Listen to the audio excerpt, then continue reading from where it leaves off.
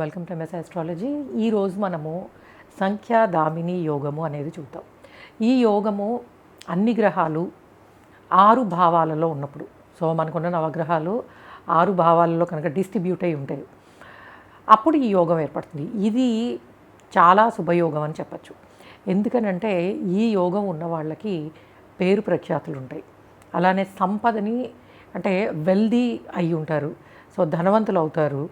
విద్య, so particular దీనిలో అంటే విద్యావంతులుగాను పేరు ప్రఖ్యాతులు ఉన్నవాళ్ళు, అట్లానే స్వేచ్ఛని, సో ఎక్కువ వాళ్ళు ఇండిపెండెంట్గా ఉండడానికి ప్రయత్నిస్తారు. అట్లానే హ్యాపీనెస్ని చాలా బాగా ఎంజాయ్ చేస్తారు, ఎక్స్ప్రెస్ చేస్తారు.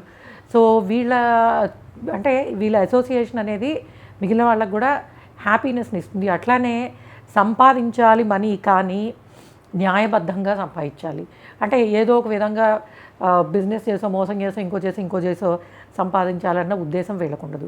ఎందుకంటే వీళ్ళకుండే పేరు ప్రఖ్యాతులు కానీ, వీళ్ళకుండే విద్య, వాటి నుంచి వచ్చే విలువలు కానీ, వీళ్ళు సంపాదనని ధర్మబద్ధంగా, న్యాయబద్ధంగా, అంటే మా లా ప్రకారము ఏది మంచి ఏది చెడు అన్నది ఫాలో అవుతూ ఆ రూల్స్ మీద మాత్రమే సంపాదించాలి, ధనవంతులు అవ్వాలి అన్న కోరికను కలిగి ఉండేవాళ్ళు అవుతారన్నమాట. So this is one of the best yoga. So 6 గ్రహాలు మీ హారోస్కోప్లో కనుక ఈ గ్రహాలన్నీ 6 హౌసెస్లో ఉన్నట్టయితే తప్పకుండా మీకు మంచి యోగము ఉన్నట్టే మంచి జరగడానికి పాసిబిలిటీ అనేది ఉంటుంది.